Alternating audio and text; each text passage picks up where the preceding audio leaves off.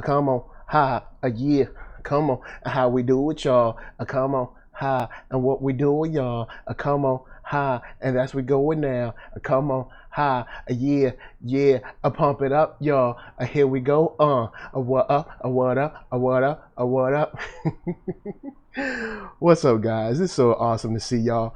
Late Ill Kid at OneYoungsta holding it down, bringing that street geek and nerd soul. What is up, my people? Today, all year, coming with another wonderful episode of Thumbnails. We are getting live, late night live tonight, having some fun, talking about the one and only Netflix original Castlevania Season 3.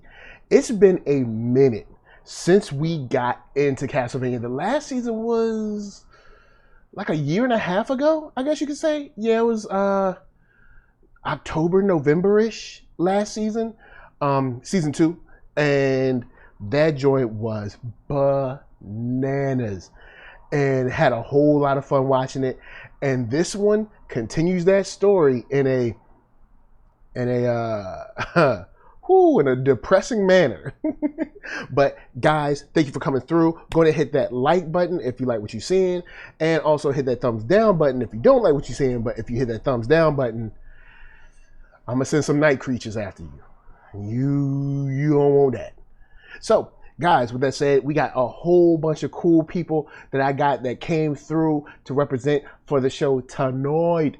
Also, I got some folks on Twitter that did some dope stuff that I'll be showing you guys as well. But I want to give a big shout out to, of course, my man Arcatron, who dropped The Space Bridge. That's right, you should check it out on streaming right now. Dope album, cool folks, cool music. I'm on it too, so don't sleep. Now, with that said, how are you feeling about Season 3? How are you feeling about Castlevania as a whole? Because right now, I'm feeling like they on a gravy train. And this is... I never expected Castlevania to be this fun to watch. I mean, I remember the game. It was super hard. I remember it being fun on the NES and stuff, or Super NES. I think it was on the NES where I first played in the Super NES. But this is, it's enjoyable. It's gory in all the right ways. You know, the animation is there. This thing is like a nice little package in anime form for a game that a lot of people were like, hold up, Netflix is doing what? So let's go on and get into the season. I'll start off. In this season, we kind of have, I'd say 3 stories, kind of 4 stories, but kind of sort of 3.5 stories, because Trevor, Sypha, their story kind of intertwines with someone else's. So we'll get into that in a little bit too. But I think I want to start with maybe the saddest story, unfortunately, which is Alucard. You know, he's out there. He's by himself. I believe he said it's been a month since season 2. He's kind of on his own. And he seems lonely. But he seems kind of resigned to, this is sort of what I deserve. And it's sad in a way. You know what I'm saying? It's kind of like, you know, you look at it and you're like, wow, this guy, you know, for better or for worse, had to kill his father. And now is staying in a castle that is a shell of itself and a memory of the family that he did have, and the terror that his father brought upon countless humans. And his anger, you know, don't get me wrong, his anger was definitely,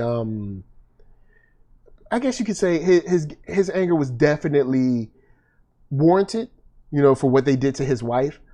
But you know, you just have this man that is seems to be a shell of himself, because when we meet him in season 2, or is it very end of season 1? I can't remember. I think it's season 2. When we meet him, he's kind of like, leave me alone.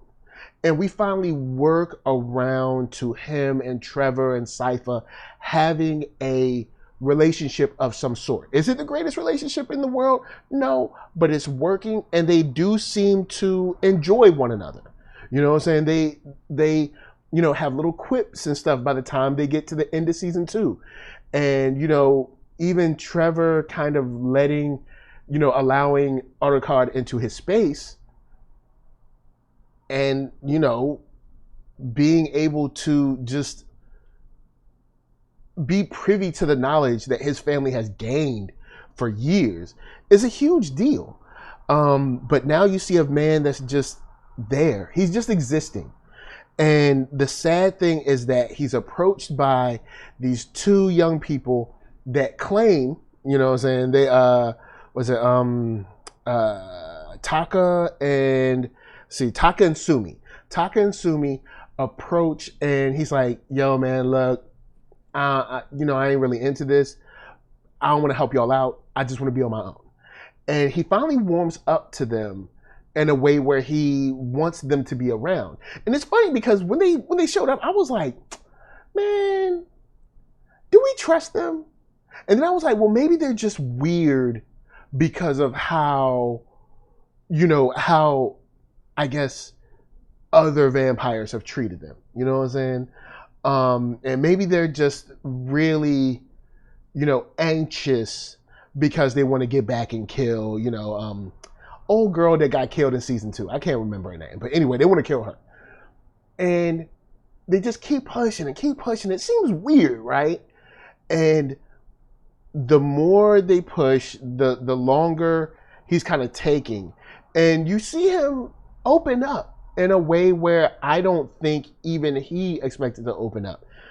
And sadly, they just wanted the castle. They want to see if they can get the castle to move. They can control the castle. And they try throw the romance on them, get them butt naked, having sex, all that, and attack them. They bind them with the silver, the silver handcuff wrap, whatever it is. And even at that moment where I believe they had shown all their cards, the sad part is Alucard is still like pleading for them not to do this. And it's, like I said, I titled this 808's and Heartbreak, man. This is a sad, depressing, because you have a man that is a vampire, man, a vampire. I guess you could say a man, because he's half human, a man that is a shell of himself. And he finally peeked his heart open a little bit to let some people in his, in his life.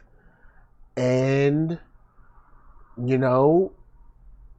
they attempted to kill him and to steal what's left of the legacy of his family, if you could say there is any.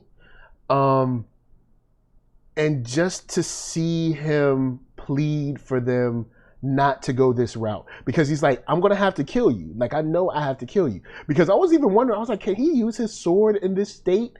I was thinking about it, and unfortunately, chitty chitty bang bang, had to take him out. And it was just sad to see how that went down. You know what I'm saying?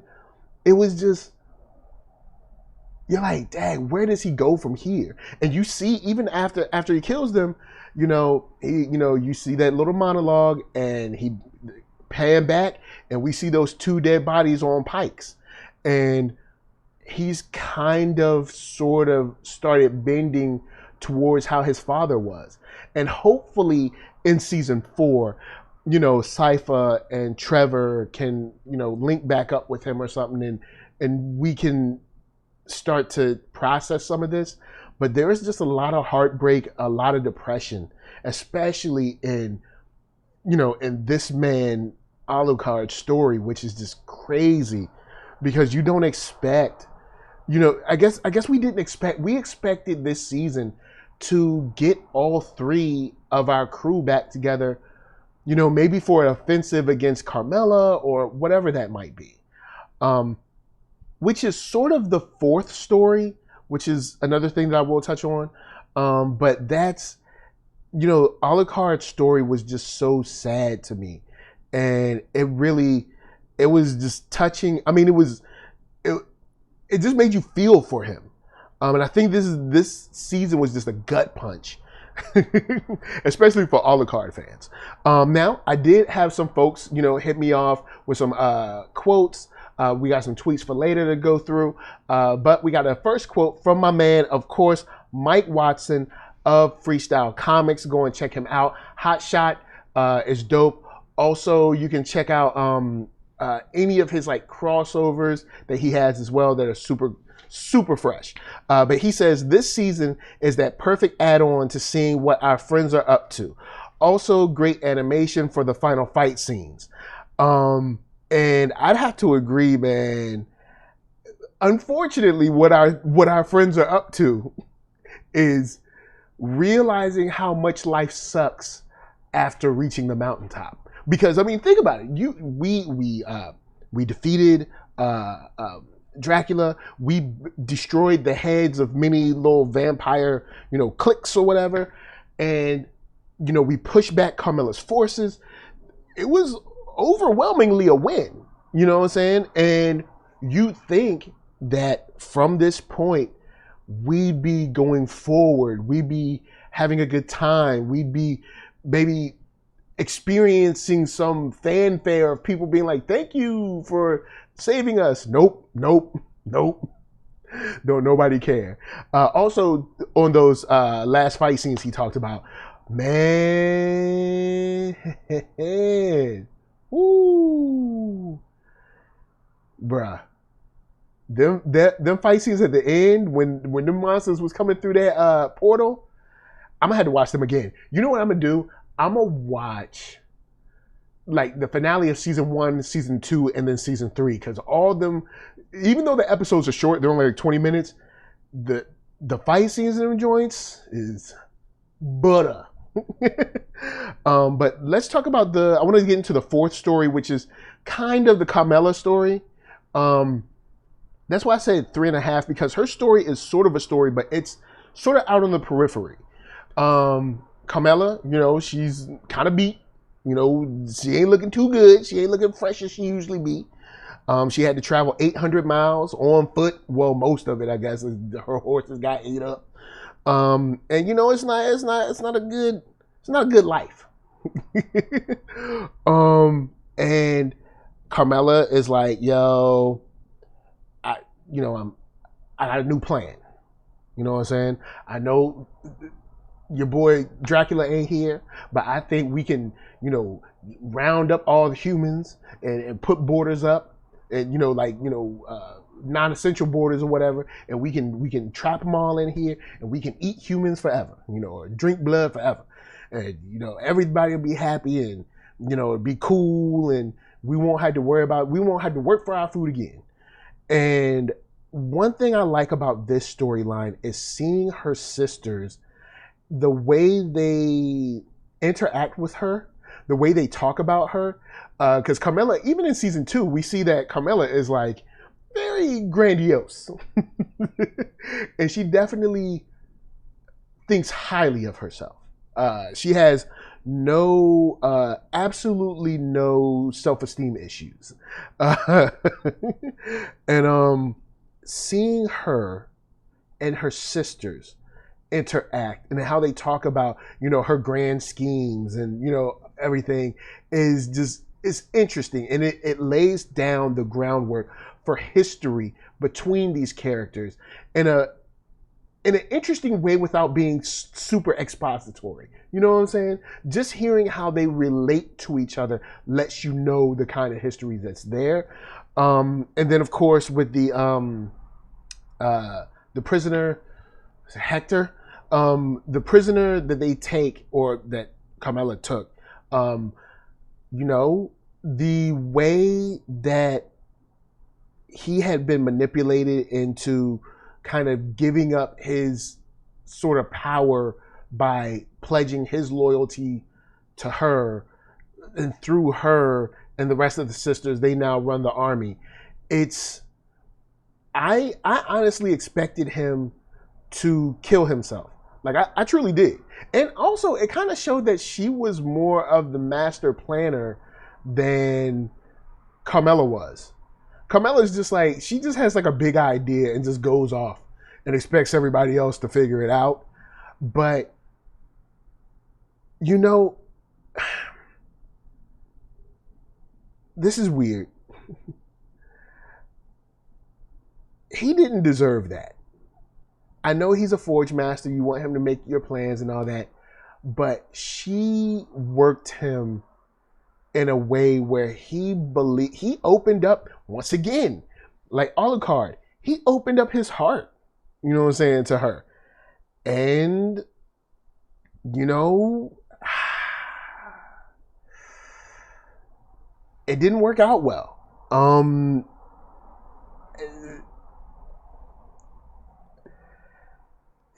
Him being bound to her in that way,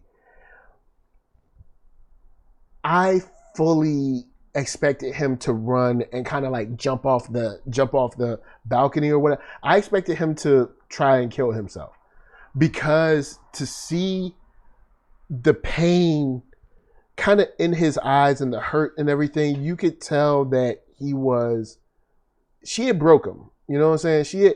She had truly broken him. And I felt for him. You know what I'm saying? I genuinely felt for him, because the dude was in jail. The dude was otherwise beaten and broken down. And she kind of, you know, Florence Nightingale'd him back to health. And then she was like, psych, gotcha. You know what I'm saying? And then at the end, she's like, you know, you're just my pet. And that's gotta be, you know, devastating. You know, once again, man, that 808's and Heartbreak is tough, man. This season, it ain't easy in them streets. You know what I'm saying? Look, I'm just telling you, if you in Castlevania, you're getting your heart broke. But I did want to shout out Chuck Collins, who hit us off with a quote as well. Chuck Collins of the awesome webcomic called Bounce. He also did DSX. That's how I got up on his stuff. But incredible artist and writer. Check out his stuff. He is incredible. The comic is called Bounce. It's about a bouncer or bouncers, and the stories are just funny and worth your time.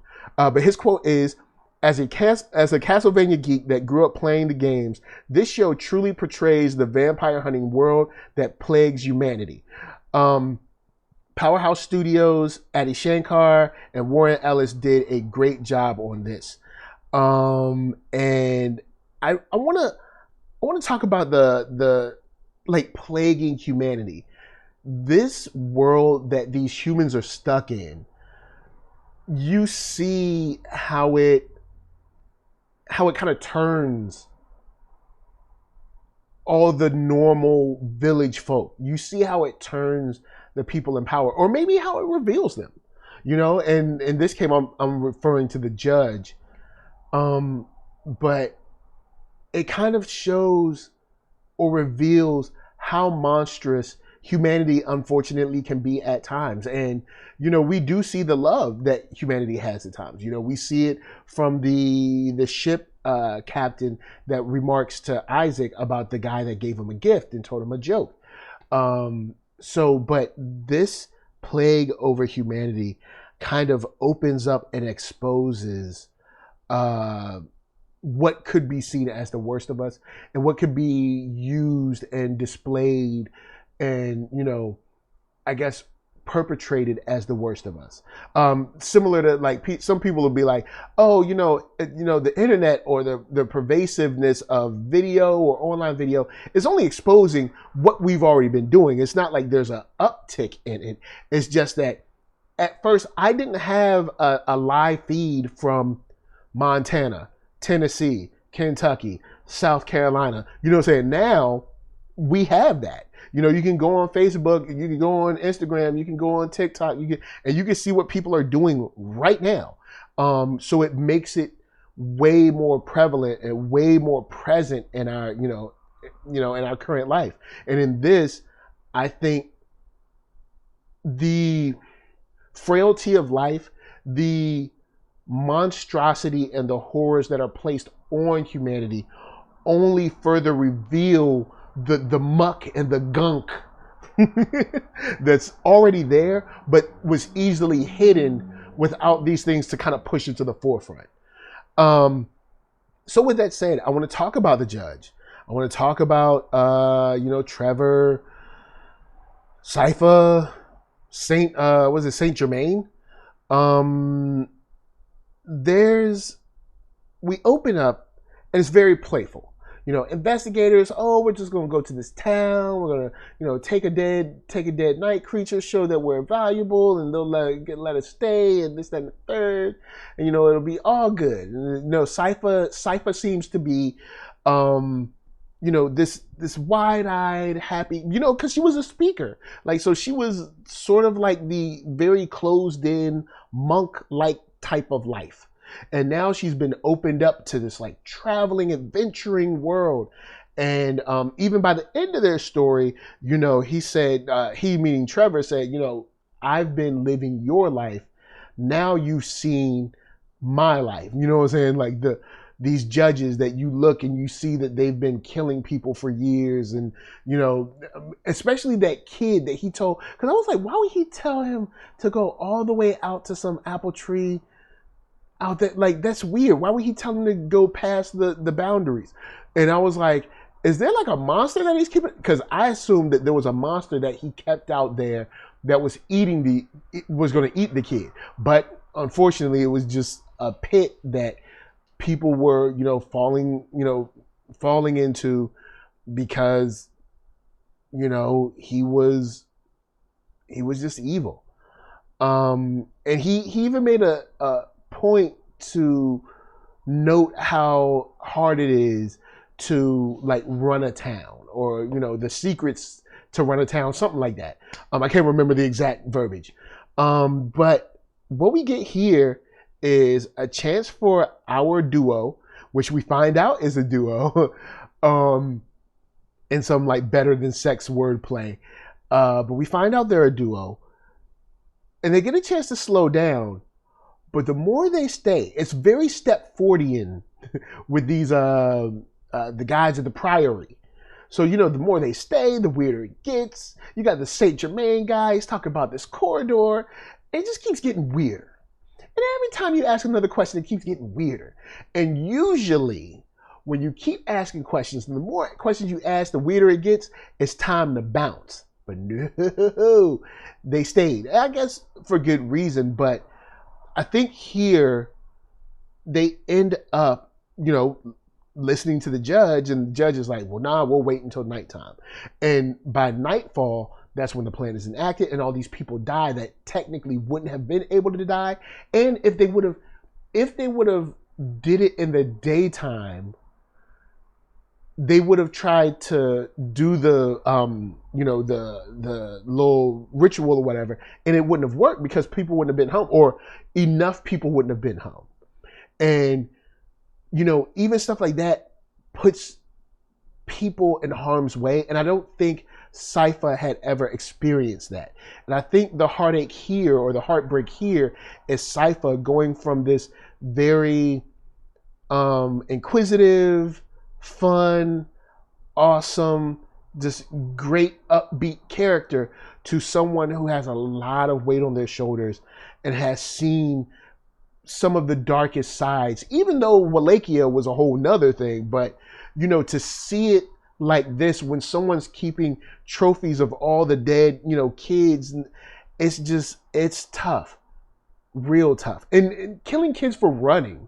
That's what kids do. They run, you know what I'm saying? It's just make sure they don't kill themselves. Unless you're trying to kill them. But you see how this changes her. Now, with this said, back to Michael Watson's comment about the fight scenes. I love Sypha. Man, that girl know about fire and ice, boy. That girl, if you thought she was dope in season 1, if you even thought she was holding it down in season 2, which she did. Remember when she turned the water like to flat and she flipped it up and cut the dude out? Look, she's getting even iller now. Like she spun some ice and like spun it at a dude, and and the way she was like flying around and flipping from one to the other. Homegirl has ill control of her powers. Sypha is top notch. I definitely want her on my team. And Trevor, when he took out, because I didn't know, because when you see Trevor at the beginning, he just has the whip, the metal whip, and I can't think of the name. I know it has a name, but he only has that, and you don't see the sword. And I'm like, where's his sword? And you wonder, like, why is he almost fighting? Like, why is he almost fighting handicapped? You know what I'm saying? But then at the end, you see him pull out the leather joint, the original joint he had back in season 1, and homie was like flipping it. That scene, whoo, man. The Morning Star, that's what it's called.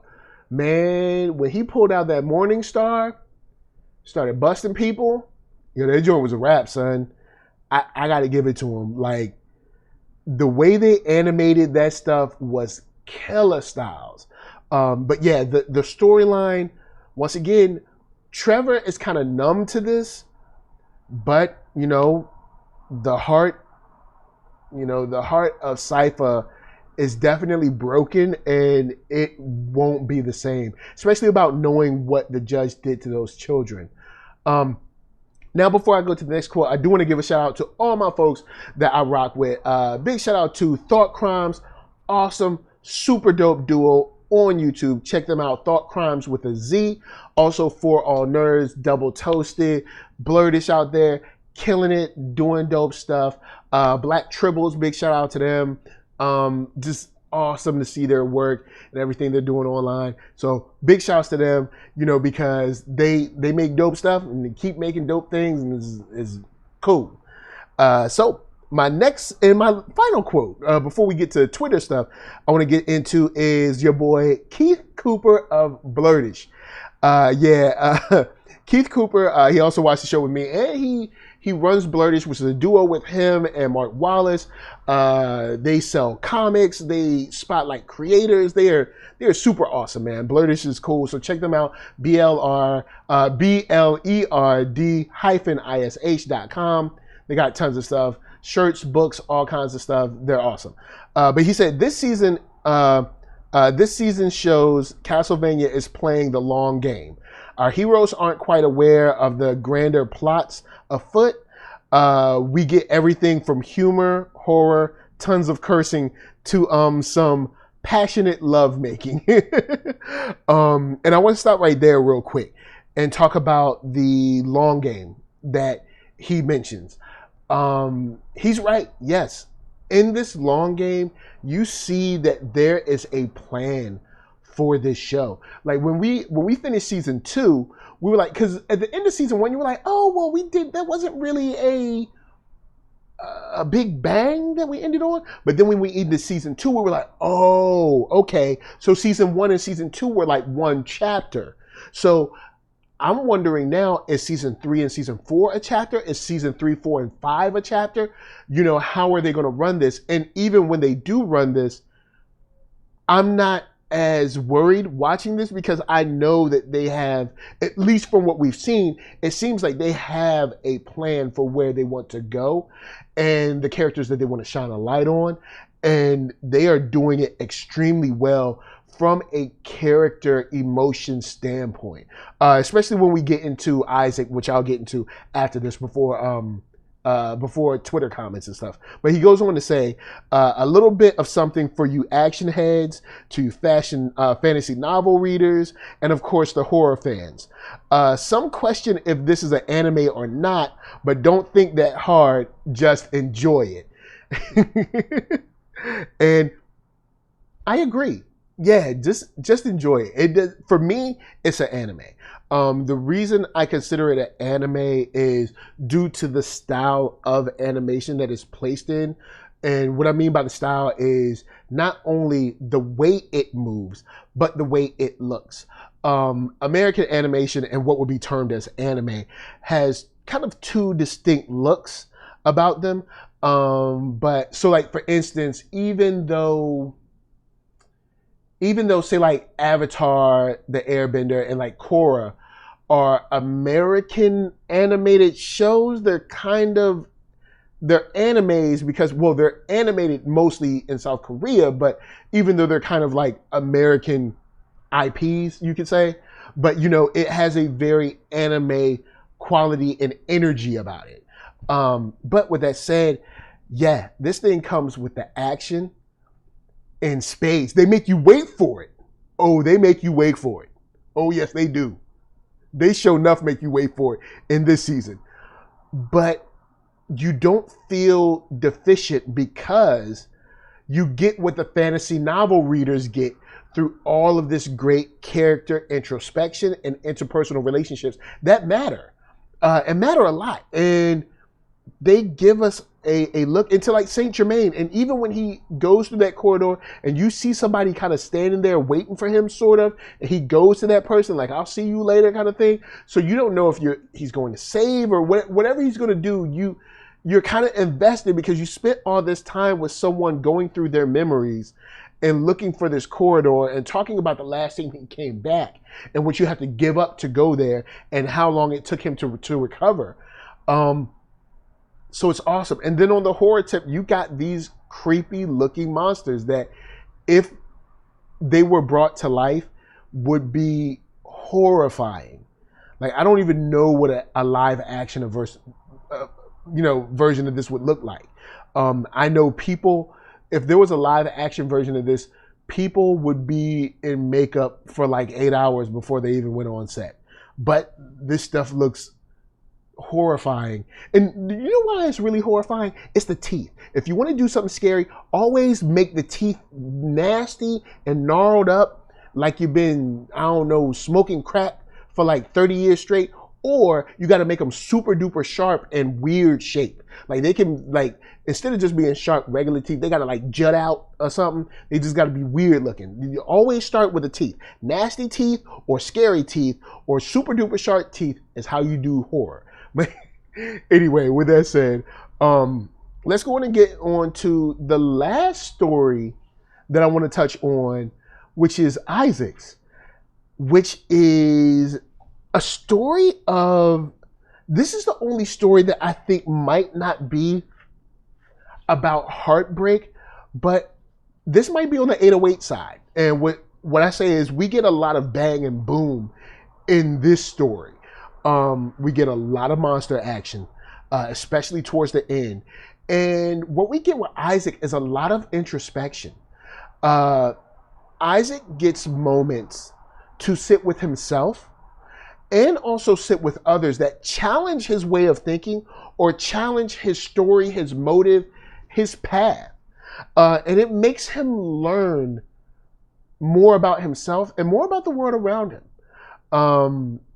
And also seeing a human like the young man that is the ship captain, the guy who's like, I know you need me and I need you.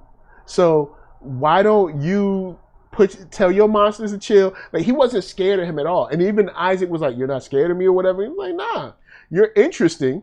And the conversations they had about humanity, the conversations he had about his path, and whose path it was, and maybe forging your own, and what you're looking for, and what you expect to find, and what you expect to do once you get there. Because a lot of times, there's a quote from they riding in the streets, but there's a quote from, is it from Dark Knight? I think it's from Dark Knight. Joker says, I'm a dog chasing a car. I wouldn't know what to do if I caught one. And I think Isaac is in this place now. Isaac wants to complete a mission that was never really his in the first place and was spurned by anger and definitely valid anger. But is that where he is now? Is that the man he is now? Is he different? Should he be different? Are there other goals? Is he free to pursue other goals? And I like that kind of adventure, that journey into enlightenment, into seeing possibilities of another life. And I think that possibility comes from, at the beginning, he's like go in there, kill everybody, eat up everybody or whatever. Or even when they come to the city, after he speaks, because he speaks to the old lady too, who gives him some advice about he didn't fight you, he didn't come and get you, you didn't fight for them, blah blah blah. Gaining insight into, you let these people go, you didn't fight to get them back, blah blah blah. And then seeing how he left the city. Don't destroy the city. Maybe people can feel it. That doesn't sound like someone who wants to kill all of humanity anymore. And we don't know where he is right now, but maybe we're seeing a different Isaac. Maybe we're seeing a different man than we knew before, than the man that was just kind of the super